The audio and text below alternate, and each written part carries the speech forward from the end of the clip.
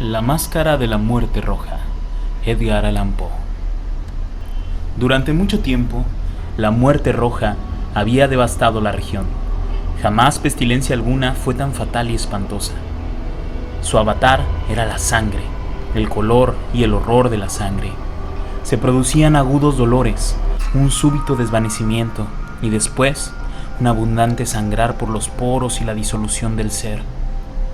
Las manchas purpúreas por el cuerpo y especialmente por el rostro de la víctima desechaban a esta de la humanidad y la cerraban a todo socorro y a toda compasión. La invasión, el progreso y el resultado de la enfermedad eran cuestión de media hora. Pero el príncipe próspero era feliz. Cuando sus dominios perdieron la mitad de su población, reunió a 1 millar de amigos fuertes y de corazón alegre, elegidos entre los caballeros y las damas de su corte, y con ellos constituyó un refugio recóndito en una de sus abadías fortificadas. Era una construcción vasta y magnífica, una creación del propio príncipe, de gusto excéntrico, pero grandioso. Rodeábale un fuerte y elevado muro, con sus correspondientes puertas de hierro. Los cortesanos, una vez dentro, se sirvieron de hornillos y pesadas masas para levantar los cerrojos.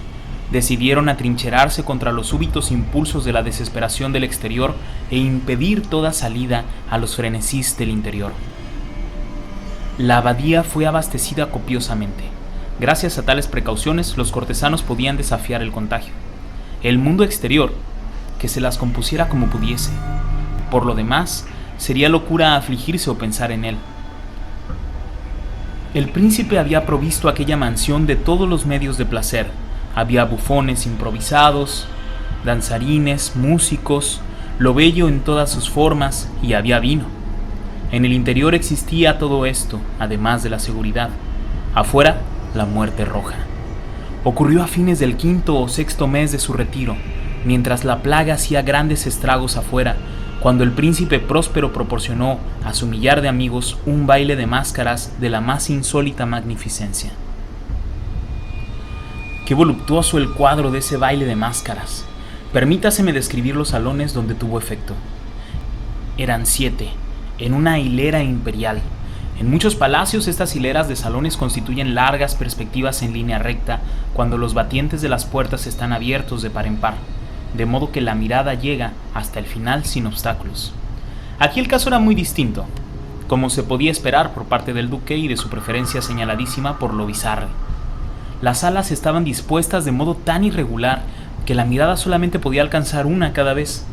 Al cabo de un espacio de 20 o 30 yardas encontrábase una súbita revuelta, y en cada esquina un aspecto diferente. A derecha e izquierda, en medio de cada pared, una alta y estrecha ventana gótica comunicaba con un corredor cerrado que seguía las sinuosidades del aposento. Cada ventanal estaba hecho de vidrios de colores que armonizaban con el tono dominante de la decoración del salón para el cual se abría. El que ocupaba el extremo oriental, por ejemplo, estaba decorado en azul, y los ventanales eran de un azul vivo. El segundo aposento estaba ornado y guarnecido de púrpura, y las vidrieras eran púrpuras. El tercero, enteramente verde, y verde sus ventanas. El cuarto, anaranjado, recibía la luz a través de una ventana anaranjada. El quinto, blanco, y el sexto, violeta. El séptimo salón estaba rigurosamente forrado por colgaduras de terciopelo negro, que revestían todo el techo y las paredes y caían sobre un tapiz de la misma tela y del mismo color. Pero solamente en este aposento el color de las vidrieras no correspondía al del decorado. Los ventanales eran escarlata, de un intenso color sangre. Ahora bien, no veíase lámpara ni candelabro alguno en estos 7 salones, entre los adornos de las paredes o del techo atezonado. Ni lámparas ni velas, ninguna claridad de esta clase, en aquella larga hilera de habitaciones. Pero en los corredores que la rodeaban, exactamente frente de cada ventana, levantábase un enorme trípode con un brasero resplandeciente que proyectaba su claridad a través de los cristales coloreados e iluminaba la sala de un modo deslumbrante. Producíase así una infinidad de aspectos cambiantes y fantásticos. Pero en el salón de poniente, en la cámara negra, la claridad del brasero que se reflejaba sobre las negras tapicerías a través de los cristales sangrientos era terriblemente siniestra y prestaba a las fisonomías de los imprudentes que penetraban en ella un aspecto tan extraño que muy pocos bailarines tenían valor para pisar su mágico recinto. También en este salón erguíase, apoyado contra el muro de poniente, un gigantesco reloj de ébano. Su péndulo movíase con un tic-tac sordo, pesado y monótono, y cuando el minutero completaba el circuito de la esfera e iba a sonar la hora, salía de los pulmones de bronce de la máquina un sonido claro, estrepitoso, profundo y extraordinariamente musical, pero de un timbre tan particular y potente que de hora en hora los músicos de la orquesta veíanse obligados a interrumpir un instante sus acordes para escuchar el sonido. Los valsistas veíanse forzados a cesar en sus evoluciones. Una perturbación momentánea recorría toda aquella multitud, y mientras sonaban las campanas, notábase que los más vehementes palidecían y los más sensatos pasábanse las manos por la frente, pareciendo sumirse en meditación o en un sueño febril. Pero una vez desaparecía por completo el eco, una ligera hilaridad circulaba por toda la reunión. Los músicos mirábanse entre sí y reíanse de sus nervios y de su locura, y jurábanse en voz baja unos a otros que la próxima vez que sonaran las campanas no sentirían la misma impresión. Y luego, cuando después de la fuga de los 60 minutos que comprenden los 3600 segundos de la hora desaparecida, cuando llegaba una nueva campanada del reloj fatal, se producía el mismo estremecimiento, el mismo escalofrío y el mismo sueño febril. A pesar de todo esto, la orgía continuaba alegre y magnífica. El gusto del duque era muy singular. Tenía una vista segura por lo que se refiere a colores y aspectos. Despreciaba el decora de moda. Sus proyectos eran temerarios y salvajes, y sus concepciones brillaban con un esplendor bárbaro. Muchas gentes lo consideraban loco. Sus cortesanos sabían perfectamente que no lo era. Sin embargo, era preciso oírlo, verlo, tocarlo para asegurarse de que no lo estaba. En ocasión de este gran fete, había dirigido gran parte de la decoración de los muebles, y su gusto personal había dirigido el estilo de los disfraces. No hay duda de que eran concepciones grotescas. Era deslumbrador, brillante. Había cosas chocantes y cosas fantásticas, mucho de lo que después se ha visto en Hernani. Había figuras arabescas y con miembros y aditamentos inapropiados, delirantes fantasías, atavíos como de loco. Había mucho de lo bello, mucho de lo licencioso, mucho de lo bizarre, algo de lo temible y no poco de lo que podría haber producido repugnancia.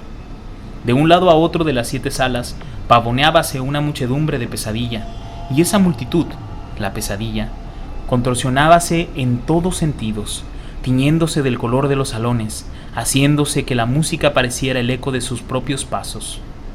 De pronto, repica de nuevo el reloj de ébano que se encuentra en el salón de terciopelo. Por un instante queda entonces todo parado, todo guarda silencio, excepto la voz del reloj. Las figuras de pesadilla quédanse yertas, paradas, pero los ecos de la campana se van desvaneciendo. No han durado sino un instante y apenas han desaparecido. Una risa leve, mal reprimida, se cierne por todos lados, y una vez más la música suena, viven los ensueños.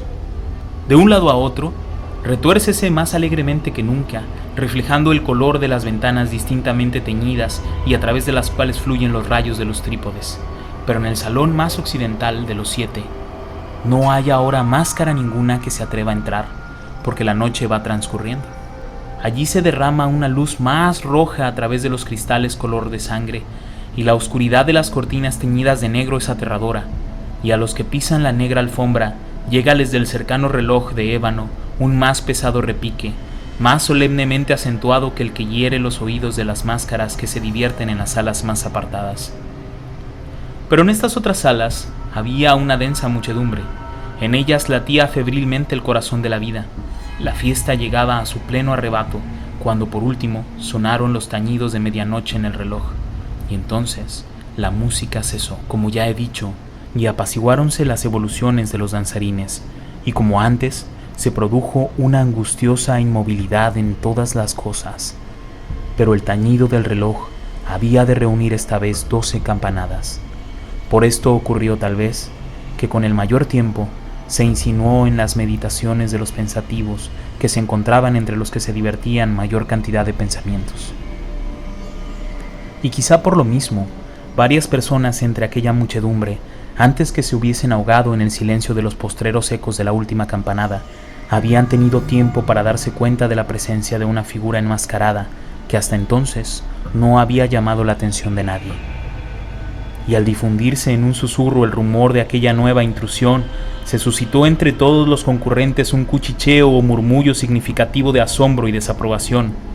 Luego, finalmente, el terror, el pavor y el asco.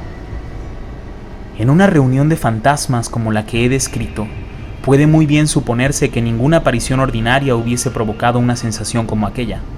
A decir verdad, la libertad carnavalesca de aquella noche era casi ilimitada, pero el personaje en cuestión había superado la extravagancia de un Herodes y los límites complacientes, no obstante, de la moralidad equívoca e impuesta por el príncipe. En los corazones de los hombres más temerarios hay cuerdas que no se dejan tocar sin emoción.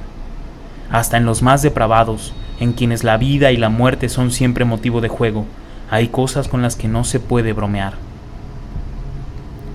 Toda la concurrencia pareció entonces sentir profundamente lo inadecuado del traje y de las maneras del desconocido. El personaje era alto y delgado, y estaba envuelto en un sudario que lo cubría de la cabeza a los pies. La máscara que ocultaba su rostro representaba tan admirablemente la rígida fisonomía de un cadáver que hasta el más minucioso examen hubiese descubierto con dificultad el artificio. Y sin embargo, todos aquellos alegres locos hubieran soportado y tal vez aprobado aquella desagradable broma. Pero la máscara había llegado hasta el punto de adoptar el tipo de la muerte roja. Sus vestiduras estaban manchadas de sangre y su ancha frente, así como sus demás facciones, se encontraban salpicadas con el horror escarlata. Cuando los ojos del príncipe Próspero se fijaron en aquella figura espectral, que con pausado y solemne movimiento, como para representar mejor su papel, pavoneábase de un lado a otro del salón, se le vio, en el primer momento, conmoverse por un violento estremecimiento de terror y asco. Pero un segundo después, su frente enrojeció de ira. «¿Quién se atreve?», preguntó con voz ronca a los cortesanos que se hallaban junto a él. «¿Quién se atreve a insultarnos con esta burla blasfema? Apoderaos de él y desenmascararle, para que sepamos quién hemos de ahorcar en nuestras almenas al salir el sol». Ocurría esto en el Salón del Este, o Cámara Azul, donde hallábase el príncipe Próspero al pronunciar estas palabras. Resonaron claras y potentes a través de los 7 salones, pues el príncipe era un hombre impetuoso y fuerte, y la música había cesado a un ademán de su mano. Ocurría esto en la Cámara Azul, donde hallábase el príncipe rodeado de un grupo de pálidos cortesanos. Al principio, mientras hablaba, hubo un ligero movimiento de avance de este grupo hacia el intruso, que en tal instante estuvo también al alcance de sus manos y que ahora, con paso tranquilo y majestuoso, acercábase cada vez más al príncipe, pero por cierto terror indefinido que la insensata arrogancia del enmascarado había inspirado a toda la concurrencia, nadie hubo que pusiera mano en él para prenderle, de tal modo que sin encontrar obstáculo alguno, pasó a una yarda del príncipe y mientras la inmensa asamblea, como obedeciendo a un mismo impulso, retrocedía desde el centro de la sala hacia las paredes, él continuó sin interrupción su camino, con aquel mismo paso solemne y mesurado que le había distinguido desde su aparición, pasando por la cámara azul a la púrpura, de la púrpura a la verde, de la verde a la anaranjada, de esta a la blanca y llegó a la de color violeta antes de que se hubiera hecho un movimiento decisivo para detenerle. Fue entonces cuando el príncipe Próspero, exasperado de ira y vergüenza por su momentánea cobardía, se lanzó precipitadamente a través de las 6 cámaras sin que nadie lo siguiera a causa del mortal terror que de todo se había apoderado. Blandía un puñal desenvainado y se había acercado impetuosamente a unos 3 o 4 pies de aquella figura que se batía en retirada, cuando ésta, habiendo llegado al final del salón de terciopelo, volvióse bruscamente e hizo frente a su perseguidor. Sonó un agudo grito y la daga cayó relampagueante sobre la fúnebre alfombra, en la cual, acto seguido, se desplomó muerto el príncipe Próspero.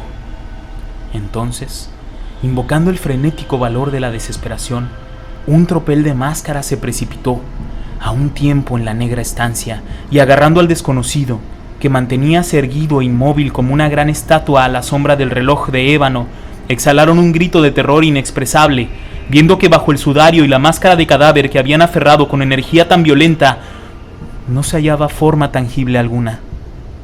Y entonces reconocieron la presencia de la muerte roja. Había llegado como un ladrón en la noche, y uno por uno cayeron los alegres libertinos por la sala de la orgía, inundados de un rocío sangriento, y cada uno murió en la desesperada postura de su caída. La vida del reloj de ébano extinguióse con la del último de aquellos licenciosos, y las llamas de los trípodes se extinguieron, y la tiniebla, la ruina y la muerte roja tuvieron sobre todo aquello ilimitado dominio.